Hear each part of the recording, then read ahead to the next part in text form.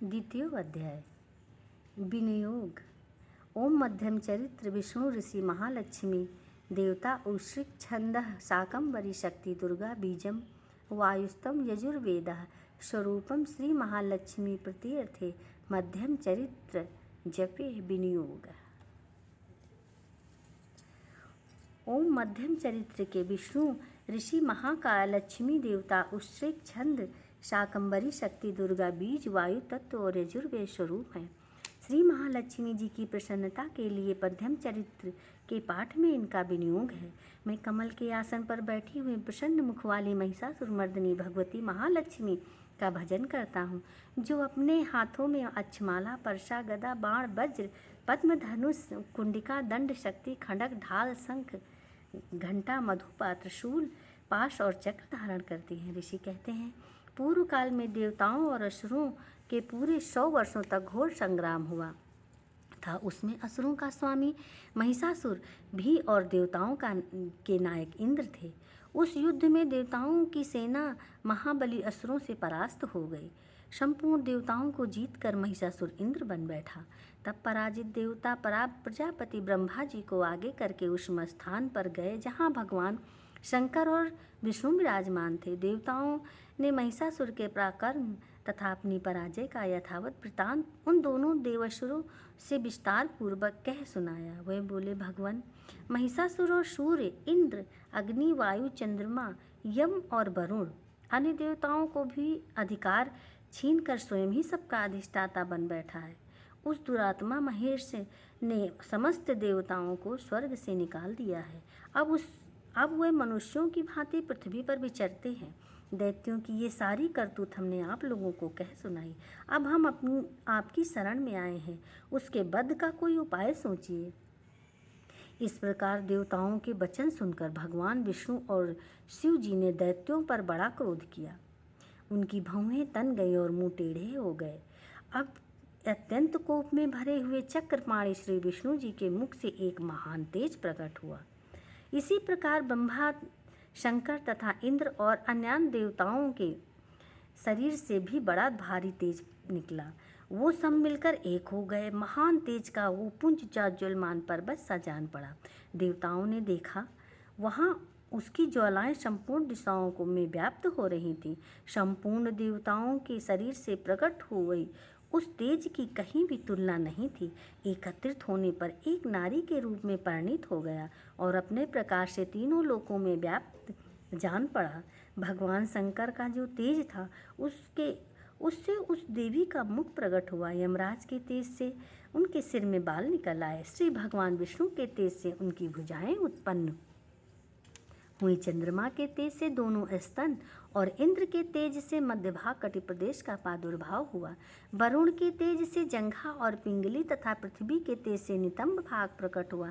ब्रह्मा के तेज से दोनों चरणों को और सूर्य के तेज से उनकी उंगलियां और वसुओं के तेज से हाथों की अंगुलियां और कुबेर के तेज से नासिका प्रकट हुई। उस देवी के दांत प्रजापति के तेज से और तीन नेत्र अग्नि के तेज से प्रकट हुए। उसकी भौहें संध्या और कान वायु के तेज से प्रकट हुए। इसी प्रकार अन्य देवताओं के तेज से उस कल्याणमयी देवी का आविर्भाव हुआ।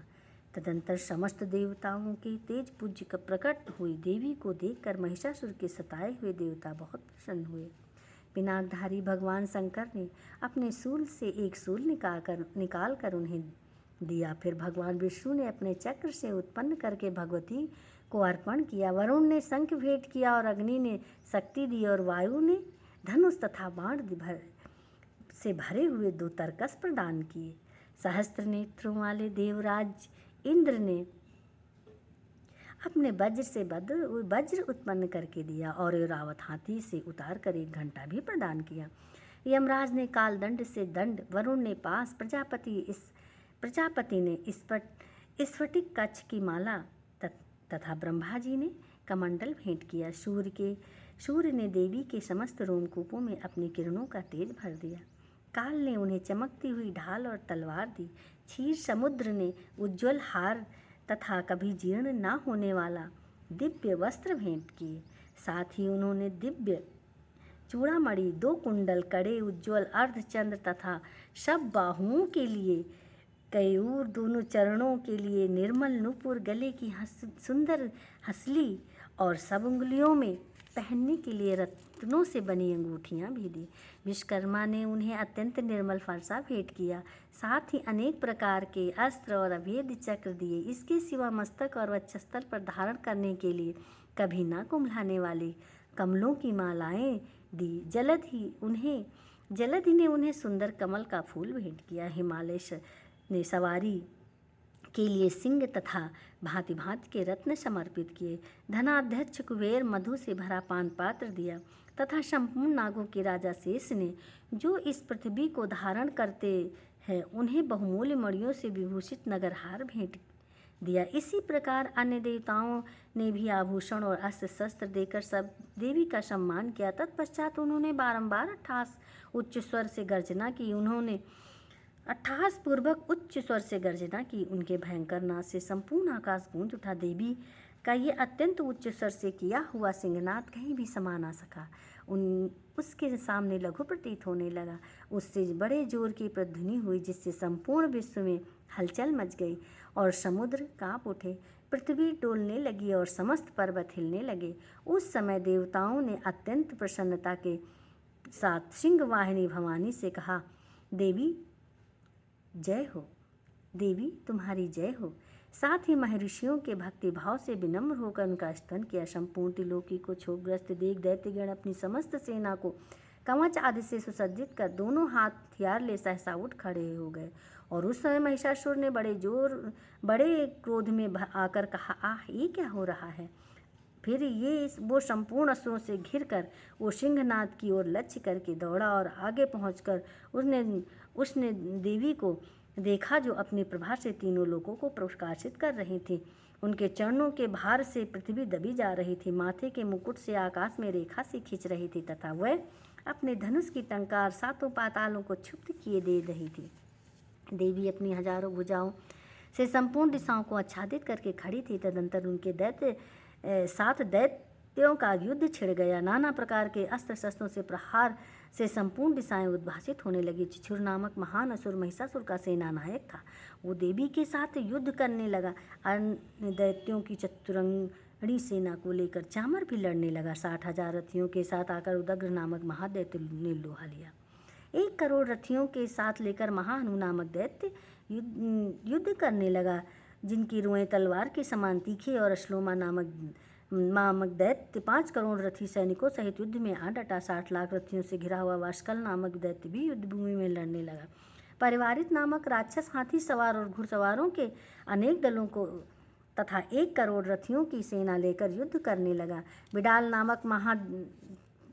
नामक दैत्य 5 अरब रथियों से घिरकर लोहा लेने लगा। इसके अतिरिक्त और भी हजारों दैत्य रथ, हाथी और घोड़ों की सेना को साथ लेकर वहां देवी के साथ युद्ध करने लगे। स्वयं महिषासुर उस रणभूमि में कोटि सहस्त्र रथ, हाथी और घोड़ों की सेना से घिरा हुआ खड़ा था। वो दैत्य देवी के साथ तोमर, भिंदपाल, शक्ति, मूसल, खड्ग, स्परश और पट्टिश आदि अस्त्र शस्त्रों का प्रहार करते हुए युद्ध कर रहे थे। कुछ दैत्य ने उन पर शक्ति का प्रहार किया, कुछ लोगों ने पास फेंके तथा कुछ दूसरे दैत्यों ने खड़ग प्रहार करके देवी को मार डालने के लिए उद्योग किया। देवी ने क्रोध में भरकर खेल ही खेल में अपने शस्त्रों की वर्षा करके दैत्यों के समस्त अस्त्र शस्त्र काट डाले।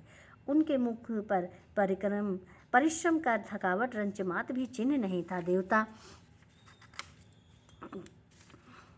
और ऋषि उनकी स्तुति करते थे और वे भगवती परमेश्वरी दैत्यों के शरीर पर अस्त्र शस्त्रों की वर्षा करती थी। देवी का वाहन सिंह भी क्रोध में भरकर गर्दन के बालों को हिलाता हुआ असुरों की सेना में इस प्रकार विचरने लगा, मानो बनों में दावानल फैल रहा हो। रणभूमि में दैत्यों के साथ युद्ध करती हुई अंबिका देवी ने जितने भी निश्वास छोड़े, वे सभी तत्काल सैकड़ों हजारों गणों के रूप में प्रकट हो गए और परश, भिंदपाल, खड्ग तथा पट्टिश आदि अस्त्रों द्वारा असुरों का सामना करने लगे। देवी की शक्ति से बढ़े हुए गण असुरों का नाश करते हुए नगाड़ा और शंख आदि बाजे बजाने लगे। उस संग्राम महोत्सव में कितने ही गण मृदंग बजा रहे थे। तदंतर देवी ने त्रिशूल, गदा से हाथ की वर्षा और खड्ग आदि से सैकड़ों महादैत्य संहार कर डाला।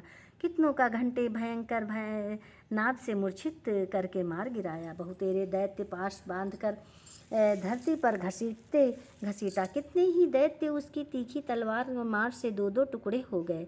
कितने ही गदा की चोट से घायल हो धरती पर सो गए। कितने ही मूसल की मार से अत्यंत आहत हो रक्त बमन करने लगे। कुछ दैत्य शूल से छाती फट जाने के कारण पृथ्वी पर ढेर हो गए। उस रणांगण में बाण समूहों की वृष्टि, कितने ही असुरों की कमर टूट गई। बाज की तरह झपटने वाले देवी पीड़क दैत्यगण अपने प्राणों से हाथ धोने लगे। किन्हों की बाहें छिन्न भिन्न हो गईं, कितने की गर्दनें कट गईं, कितने की दैत्यों के मस्तक कट कट कर गिरने लगे। कुछ लोगों के शरीर से मध्य भाग में भी विदीर्ण हो गए। कितने ही महादैत्य जांघें कट जाने पर पृथ्वी पर गिर पड़े। कितनों के ही देवी ने एक बाह, एक पैर और एक नेत्र वाले करके दो टुकड़ों में चीर डाला। कितने ही दैत्य मस्तक कट जाने पर भी गिरकर फिर उठ जाते और केवल धड़ के रूप में अच्छे अच्छे हथियार हाथ में ले देवी के साथ युद्ध करने लगते। दूसरे कमबख्त युद्ध के बाजे की लय पर नाचते। कितने ही बिना सिर के धड़ हाथों में खड़ग, शक्ति और रिष्टि लिए दौड़ते थे तथा दूसरे महादैत्य ठहरो ठहरो ये कहते हुए देवी को युद्ध के लिए ललकारते थे। जहाँ वो घोर संग्राम हुआ था वहाँ की धरती देवी के गिराए हुए रथ, हाथी, घोड़े और असुरों की लाशों से ऐसे पट गई कि वहाँ चलना फिरना असंभव हो गया। दैत्यों की सेना में हाथी, घोड़े और असुरों की शरीर से कितने ही अधिक मात्रा में रक्तपात हुआ था कि थोड़ी ही देर में वहाँ खून की बड़ी बड़ी नदियाँ बहने लगी। जगदम्बा ने असुरों की विशाल सेना को क्षण भर में नष्ट कर दिया। ठीक उसी तरह जैसे तृण और काठ के भारी ढेर को आग कुछ ही क्षणों में भस्म कर देती है और वो सिंह की गर्दन के बालों को हिला हिलाकर जोर जोर से गर्जना करता हुआ दैत्यों के शरीर से मानो उसके प्राण चुन लेता था। महादेवी के गणों ने भी उस महादैत्य के साथ ऐसा युद्ध किया जिससे आकाश में खड़े हुए देवतागण उन पर बहुत संतुष्ट हुए और फूल बरसाने लगे। श्री मार्कंडेय पुराण में सावर्णिक मनवंतर के कथा के अंतर्गत देवी महात्म्य। ओम तत्सत, ओम तत्सत। कब से ठाढ़ी हूँ दुआरिया, खोल दे किवड़िया मैया खोल दे।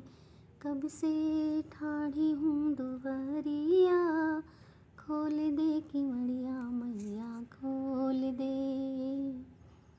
बड़े जतन से मैं मैया तेरे लिए गंगा जल लाई।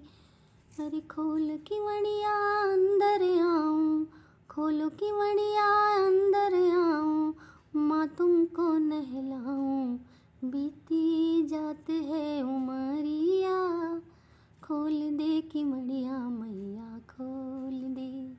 ओ कब से ठाढ़ी हूँ दुआरिया, खोल दे कि